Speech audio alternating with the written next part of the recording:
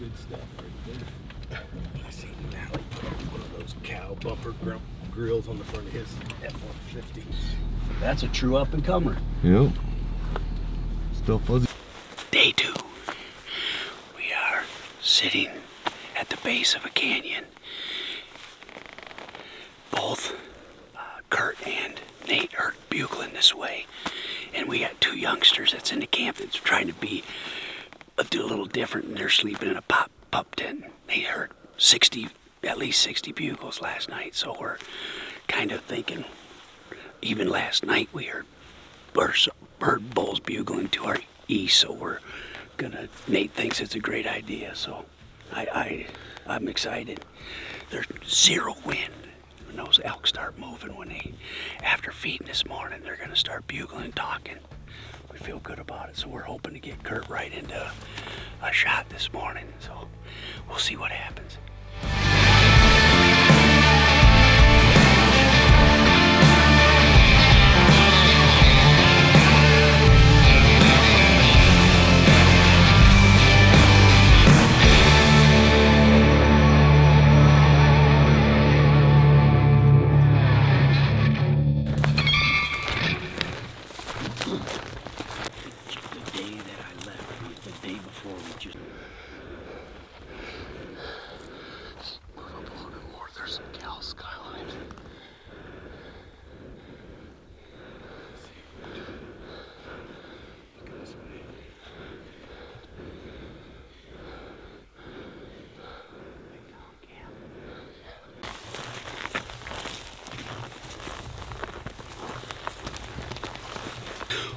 Sight from those cows. I looked one more time. She was paying us no attention. She was continuing to look down the mountain and back toward the direction of the bugle. Although I think the bugle is a little ways away, but we're really in the position we want to be in, below them and in the cover. We got past them without bumping them. The other one was just walking towards the other one, and the other one had its head down looking to its right, to its left, our right.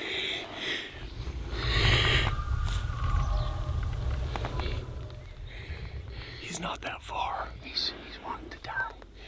He's wanting to die.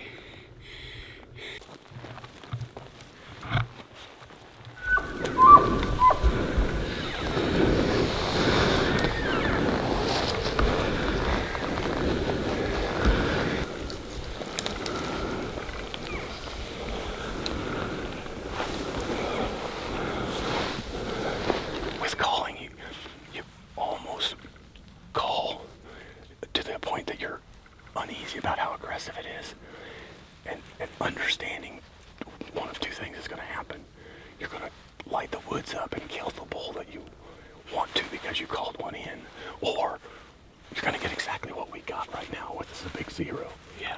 So when you call, what are we going to lose? Right. So calling elk and intentionally calling them in, you have to understand that when you do it, you're not going to call them all in, but when you do, it makes the whole thing worthwhile. It's why we're here. Okay. Wanting to call them in. So anyway, I don't think it's over. I just think I think they're moving away from us, unfortunately. Okay. And that's kind of what I thought. We need to figure that out and then figure out, like I said, and I'm the aggressive guy. I get on it and make something happen, because like I said, worst case scenario, we're going to walk away just like we did now with nothing.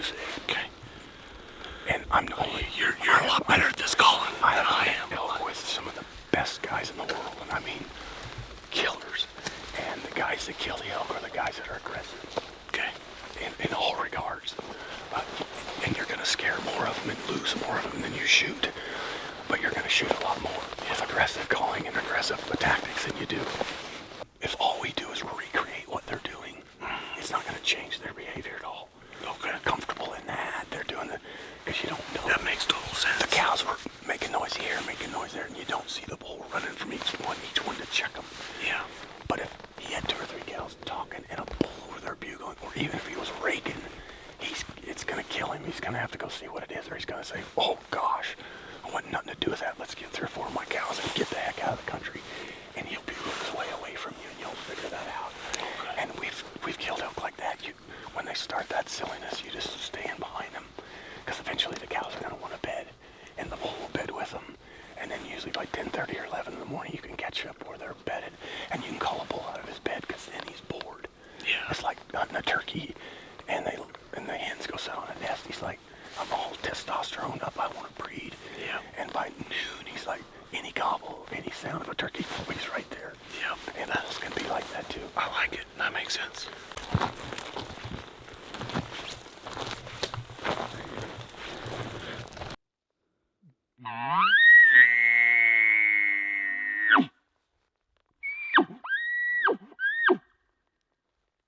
We're gonna cut back across and call into this canyon to the west of us, because we did have a bull bugling up there, so we're gonna try calling that before we go back across and kind of let these elk settle down, because we might have buggered them a little.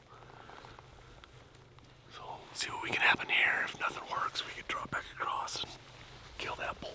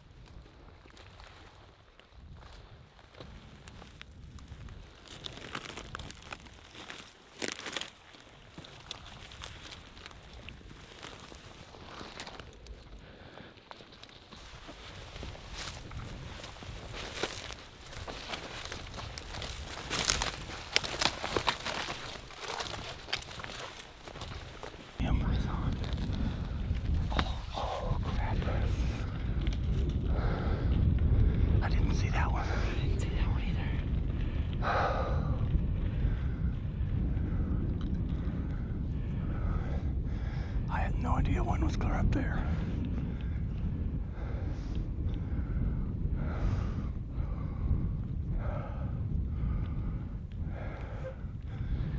Dang it.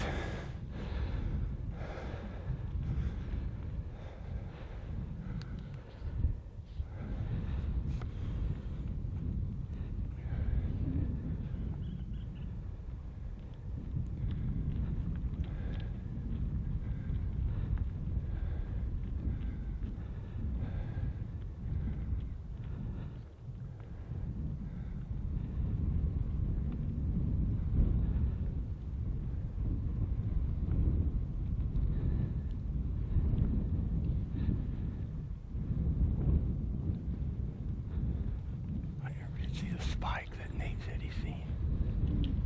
That's just 5 cows.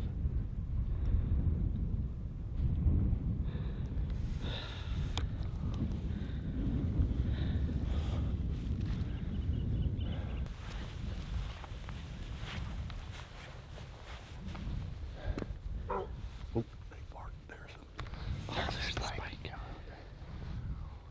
There they are. Okay. Now we're officially done. Okay. That's about as short-lived a stalk as you can get. Yeah.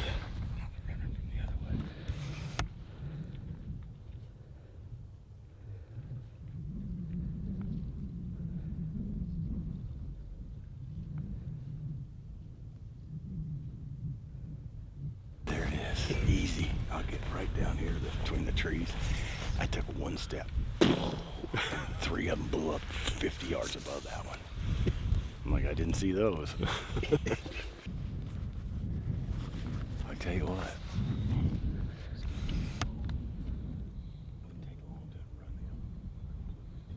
We heard a bull bugling off to our west this morning, so both Gert and Nate thought it'd be a good idea to just peek over. Sure as the world, there was a group of elk right here just below this knife edge. So Gert took a sneak over there and, well, came to find out there were way more elk in there than what we originally seen, and they got busted. They went over that edge over there. So now we're gonna work back towards where the elk we were working this morning, and there's a big spring there that Nate's familiar with, and we're gonna go set up on that. Hopefully it's mid-morning that some elk will come into water. Well, like Nate said, there's water right here. So there's a main runway below us at about 38 yards hitting the water, and going on that side at 45. And we got a runway coming through. We got a runway coming through right here, even with us. So if we're fortunate enough for elk to come up over this finger, that they went into that dark timber to bed up for the day, then this is a pretty likely spot. So our plan C is in play right now. Coming in, our man would be tempted. Yeah, it's a big bull. I went over to go take a leak over here, and as I was taking a leak, I looked up and I spotted a spike, and then it's walking across side hilling, and all of a sudden there's a cow and another cow and another cow, and then Ken just spotted a big bull. We'll see what happens here in a few minutes. I don't know if they're coming down to this little draw yet, but we're hoping that that'll happen. Oh crap. Well, nothing. Plan C has been foiled. Then they all just squirted out the top. Sunday afternoon, we got Kurt, we got Nate in the house. We're going back to where Nate shot his bull 3 days ago. We got into elk every time we've been out, but this is Kurt's last evening hunt, so we're just gonna key on some water. Lord willing, something comes in. We're pretty excited because nobody's been up here, and we're all by ourselves, and hopefully we have some elk come into the water. It's hot and dry, hot and dry.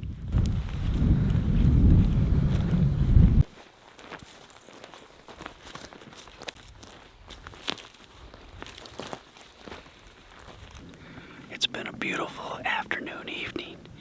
No elk have shown up. We've seen one antelope and one mule deer doe off in the distance. We haven't heard an elk sign one, or noise, no bugle, no nothing. Gorgeous night, but 0 elk so far. We're getting right down to the last little bit here. Keep our fingers crossed.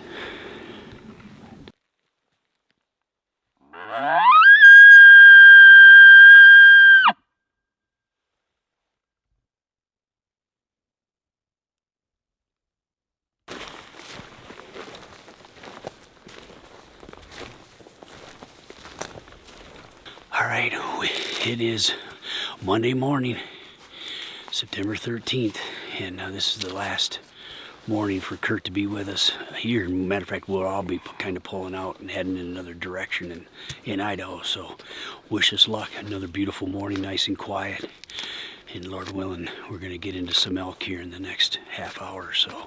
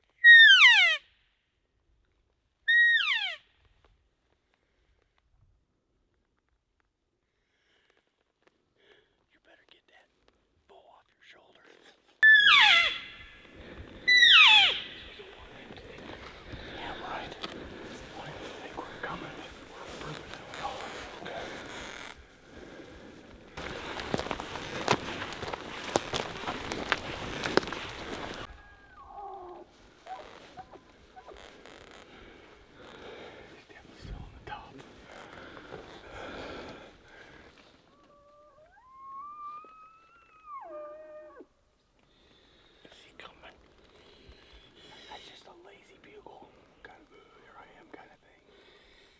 He's not really mad yet.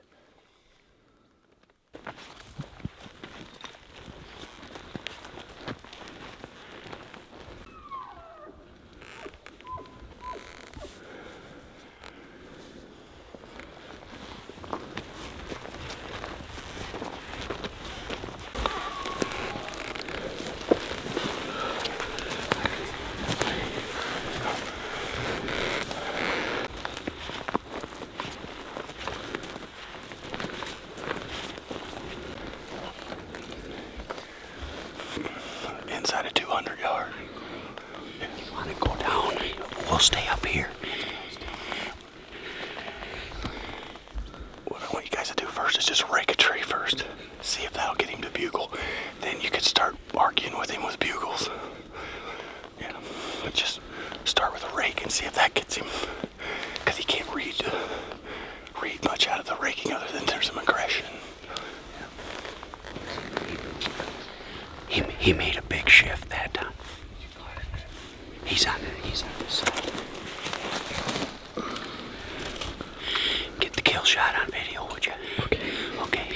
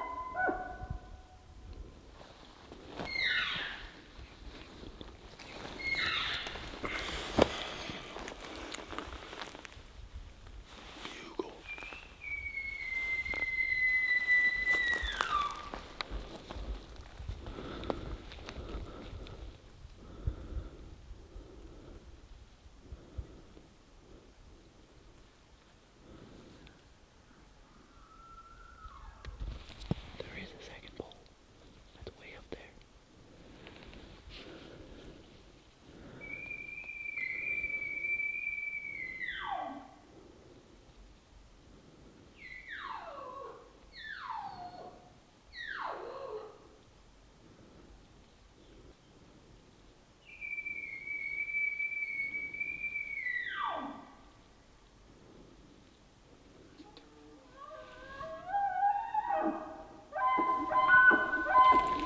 He's not gonna come. Gotta get close. What's up?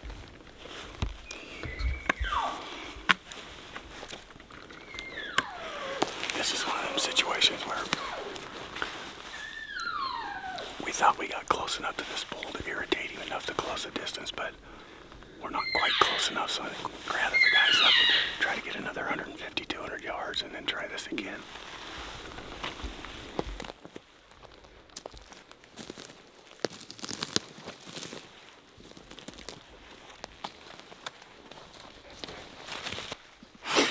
Okay, so I'm gonna hand this over to Kurt. What are you handing me? What's the plan? Well, I think we're in a situation where it's pretty classic. You find elk in the morning and they're always just about done feeding, headed to their bedding area, and then you get in behind them and you're chasing them. I think that's what's happened here. They've just moved out of our canyon into the next one. Hopefully that's the one they're going to go bed in, and they hang up there and we can go over there and irritate that bull and get him fired up a little more than he was here this morning and see if we can move.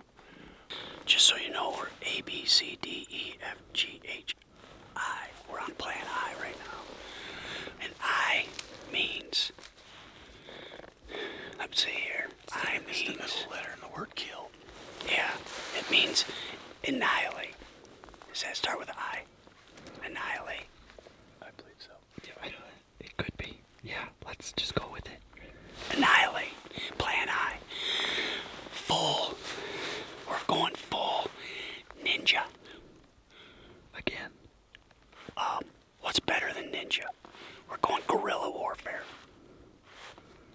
Smitty. That works.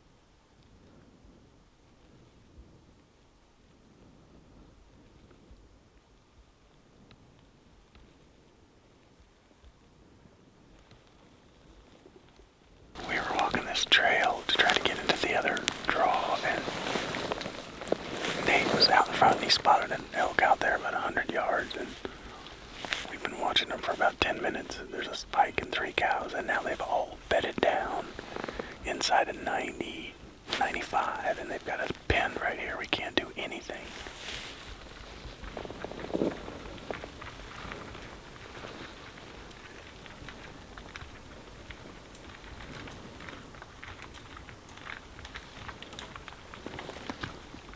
Good grief, there was a bunch of them.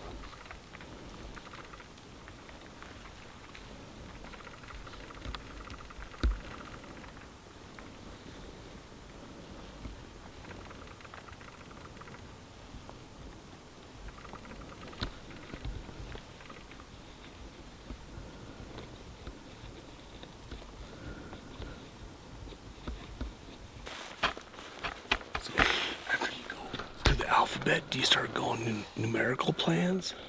So are we on like a plan 7 now?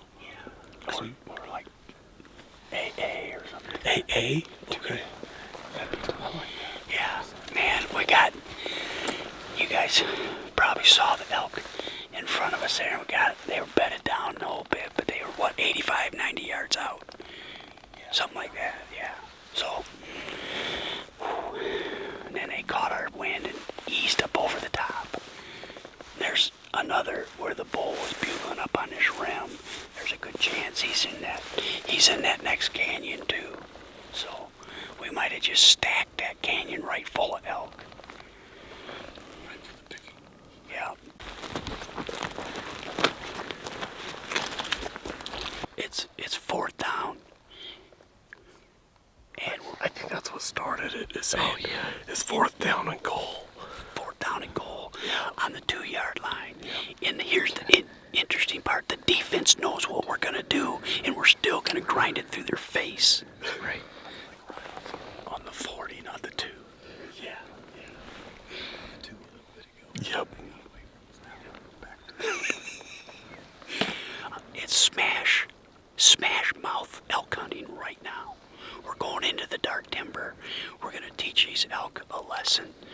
We're going into their zone, and we're going to come out victor. So we're in the red zone. We are in the red zone for the leaky red.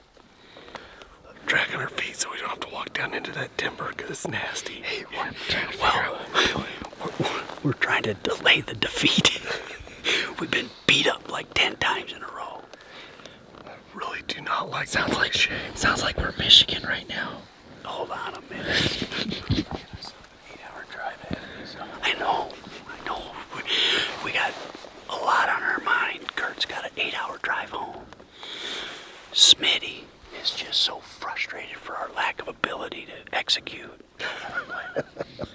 And I'm just thinking of a dozen brown eggs with cheese and ham steak back at the camp. That's what I'm thinking right now. For Nate's sake. Nate is drag me always into hungry. this.